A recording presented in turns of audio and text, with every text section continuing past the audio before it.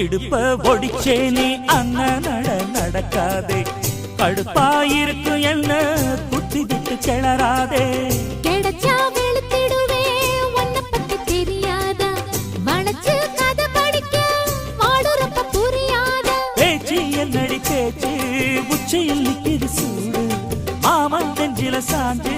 மன்மதன் அவளி பாடு மெதுவா வசிய பண்ணி நினைச்சத நீ முடிச்சு புட்ட